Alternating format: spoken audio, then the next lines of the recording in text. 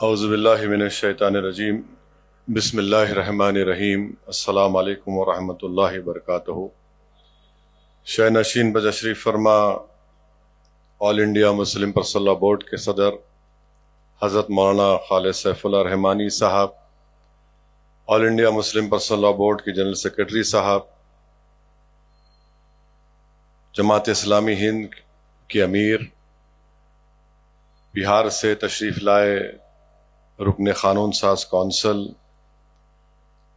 شہ نشین بتشریف فرما معزز علماء اکرام، مشائخین عظام، بزرگان قوم اور ملت،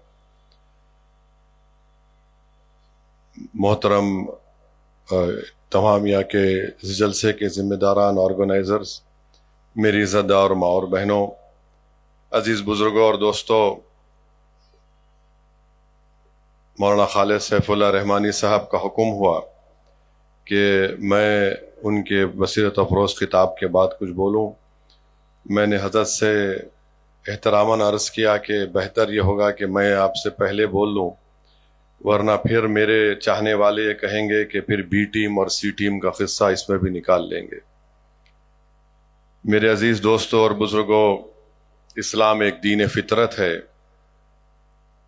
اور انسان کی فطرت میں کچھ چیزیں اللہ سبحانہ و تعالیٰ نے خود رکھی ہیں، جیسا کہ وطن سے محبت، اور جس جگہ پر، جس زمین پر ایک انسان پیدا ہوتا ہے، جہاں پر اس کا بچپنا گزرتا ہے، جہاں پر اس کے بزرگوں کی خبریں ہوتی ہیں، جہاں پر اس کے بچپنے کی گلیاں ہوتی ہیں، وہ چیز اس کے دل میں ایک محبت کا مقام بن جاتی ہے، اور اسلام اس فطرت کی قدر کرتا ہے۔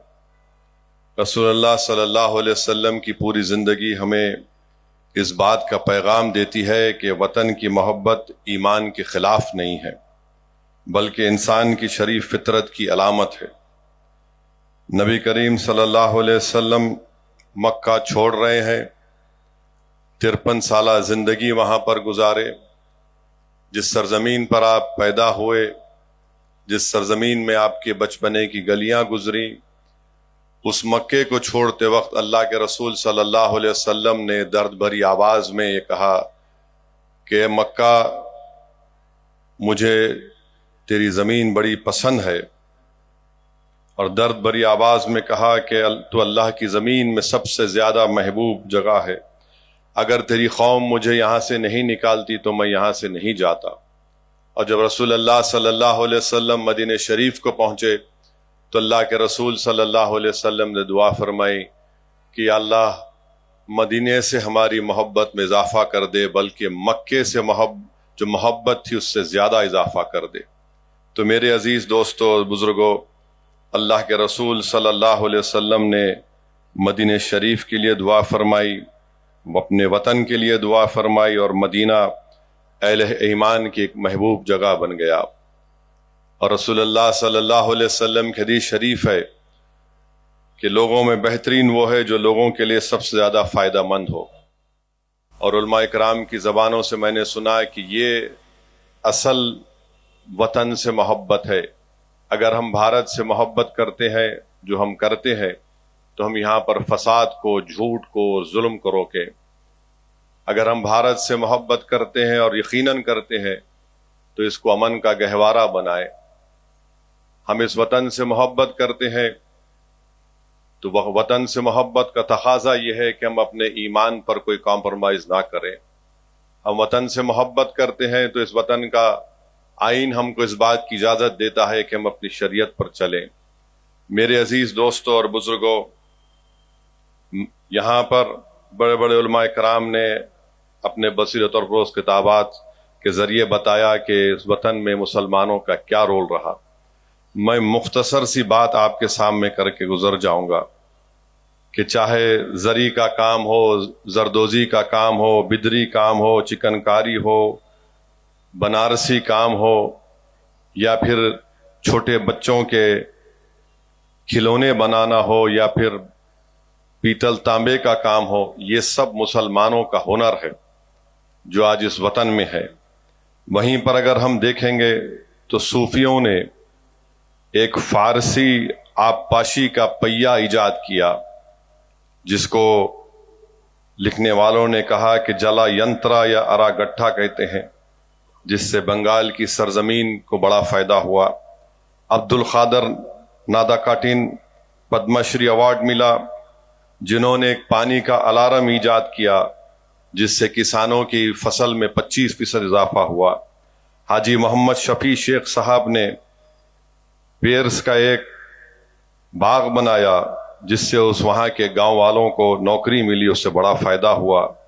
میرے عزیز دوستوں اور بزرگوں، حوالدار عبدالحمید کی قربانی کو ہم بھول نہیں سکتے۔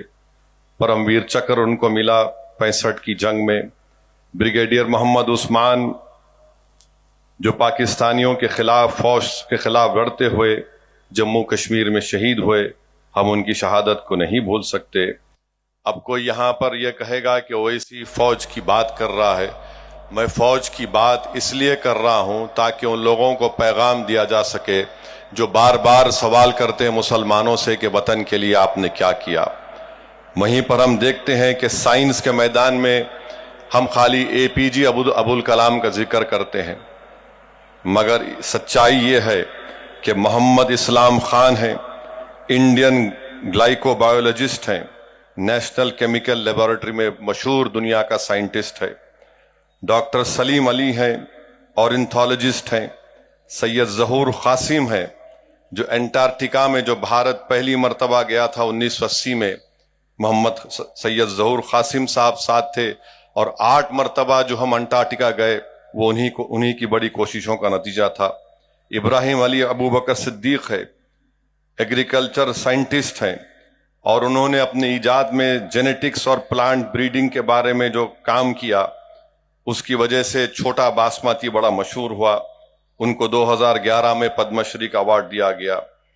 یہ ہمارے چوہا نما کون قانون، جس میں وکیل حسن، منا قریشی، محمد رشید، فیروز قریشی، محمد ارشاد، نصر الدین نسیم، جس کو انگریزی میں ریٹ مائنرز بولتے، جنہوں نے 40 ورکروں کی جان بچائی جو اتراکھنڈ میں کسی ایک ٹنل میں پھنس گئے تھے، اور دلی سرکار نے ماشاءاللہ اس میں ایک بچہ وکیل تھا، اس کو انعام کے طور پر بلڈوزر سے اس کا گھر بھی توڑ دیا۔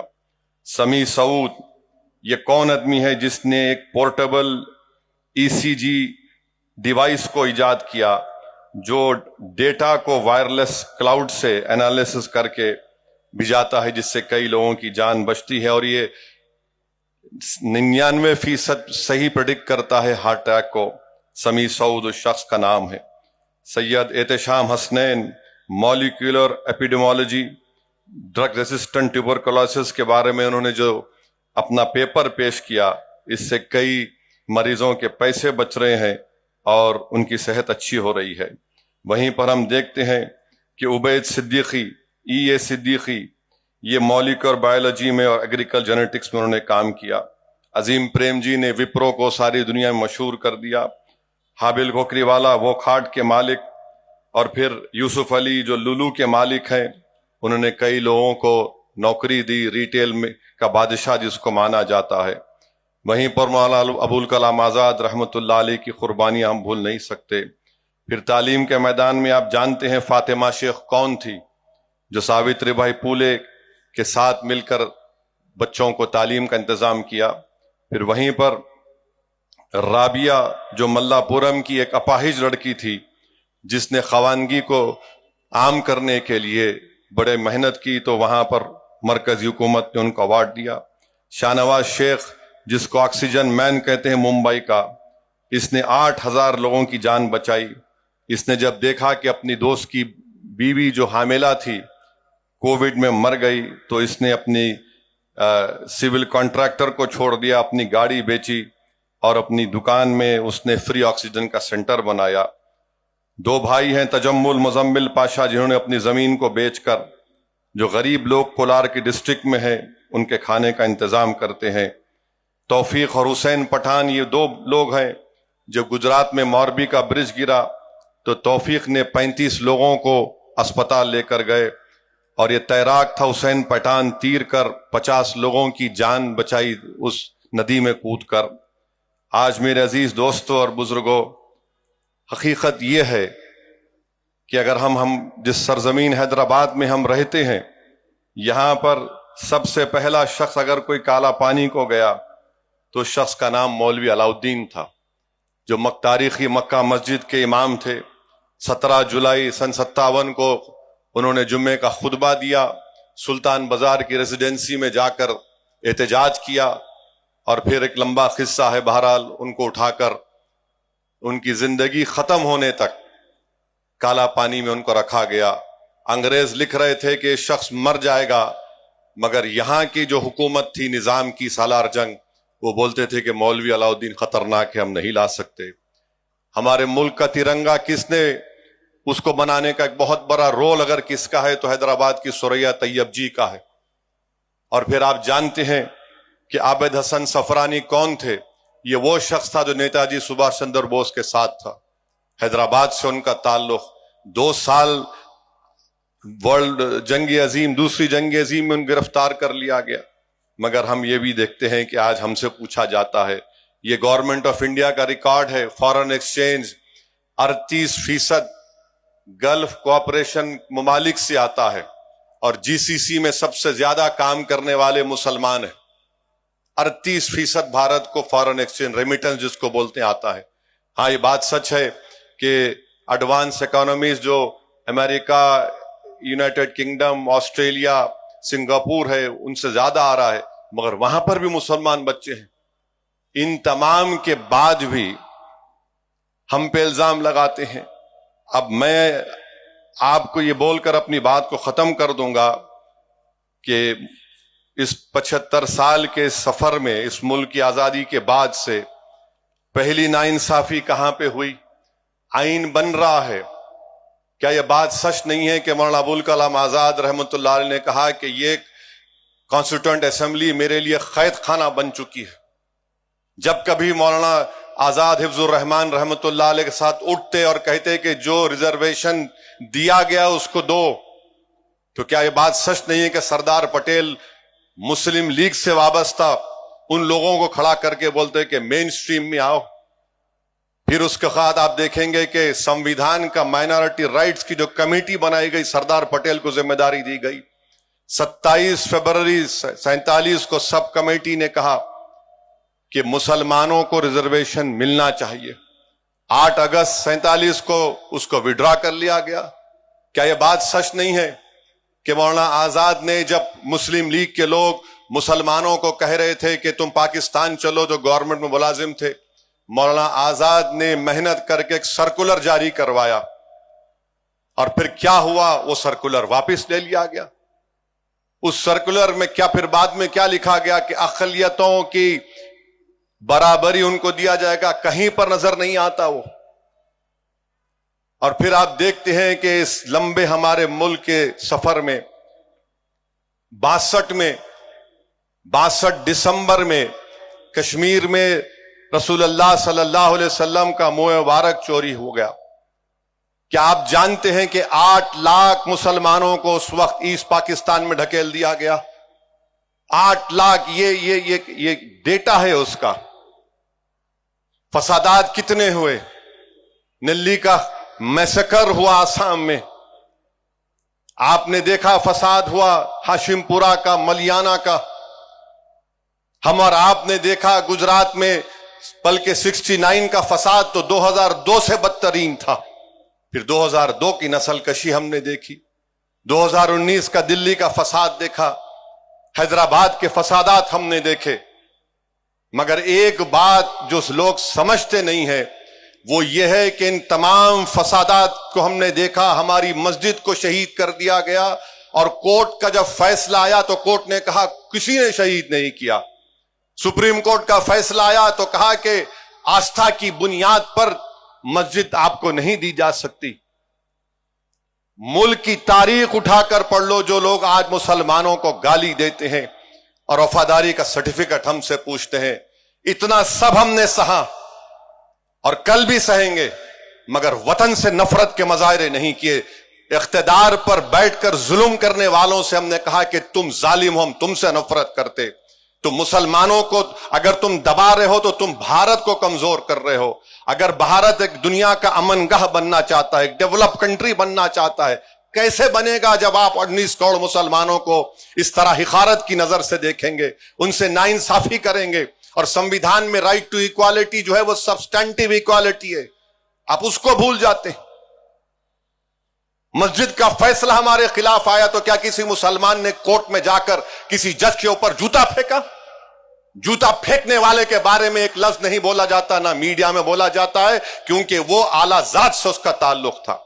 ہماری وطن سے محبت ہے اور رہے گی. تم حکمران ہو تو تمہاری وجہ سے ڈر کر نہیں, بلکہ وطن کی محبت ہماری ہے اور رہے گی انشاءاللہ تعالی. میرے عزیز دوستوں اور بزرگوں, یہاں پر یہ بھی کہنا ضروری ہے کہ جب وطن کی محبت کی بات ہم کرتے ہیں تو جو تعلیم ادارے مسلمانوں نے قائم کیے, اگر کوئی اس تعلیم ادارے میں بیٹھ کر بم بنانے کی سازش کرتا ہے تو ہم اس کی بھی مذمت کرتے ہیں. ایک ادارہ بنانا کتنا مشکل کام ہوتا ہے, اور ایسے ظالم لوگ ہیں جو ایک مدرسے کا کمرہ نہیں بنا سکتے, جو اسکول کا کمرہ نہیں بنا سکتے, ظالم امونیم نائٹرائٹ لے کے بیٹھتے ہیں. 14 لوگ مارے گئے, مسلمان بھی مارے گئے, ہندو بھی مارے گئے. تو ایسی ذہنیت کے لوگوں کے خلاف بھی ہم کو ان کی کھل کر مذمت کرنی چاہیے. یہ جو ملک کا دشمن ہے وہ ہمارا دشمن ہے. اگر اس طرح کی حرکتیں ہوں گی تو پھر ہم تو کھلی چھوٹ دے رہے ہیں ظالموں کو کہ جو چاہے کرنا ہے کر لو. مگر جو لوگ آج یہ سمجھ رہے ہیں کہ مسلمان کو سیکنڈ کلاس سٹیزن بنایا جائے گا, تم بھول جاؤ, تمہاری نسلیں ختم ہو جائیں گی, ہم ختم ہو جائیں گے. جب تک دنیا باقی رہے گی ہندوستان میں مسلمان ایک باعزت ہندوستانی بن کر رہے گا. ہم لڑیں گے, جمہوریت کے دائرے میں رہ کر اپنے حقوق کو حاصل کریں گے, ہم اپنی مسجدوں کو بچائیں گے. تم ایک مسجد کو شہید کرے مگر ہم لاکھوں مسجدوں کو آباد کریں گے. تم شریعت پر حملہ نہیں کر سکتے, اگر تم کرو گے طلاق کے نام پر تو ہم آپ کو اس کا جواب جمہوری طریقے سے ملے گا. بہرحال میرے عزیز دوستوں اور بزرگوں, یہ وقت اتحاد کا ہے, اور ہم کو اور آپ کو اس وطن کو بچانے کے لیے جس طرح ہمارے بزرگوں نے عظیم قربانی دی, ان کی قربانیوں کو یاد کرتے ہوئے ہم کو اس وطن کو اور مضبوط بنانا ہے. یاد رکھیے, جو لوگ آج نفرت کے مظاہرے کر رہے ہیں وہ وقت کے حکمران ضرور ہے, مگر وقت ان کے ساتھ نہیں ہے, وقت ہمارے ساتھ رہے گا انشاءاللہ. وآخر الدعوان الحمدللہ رب العالمین.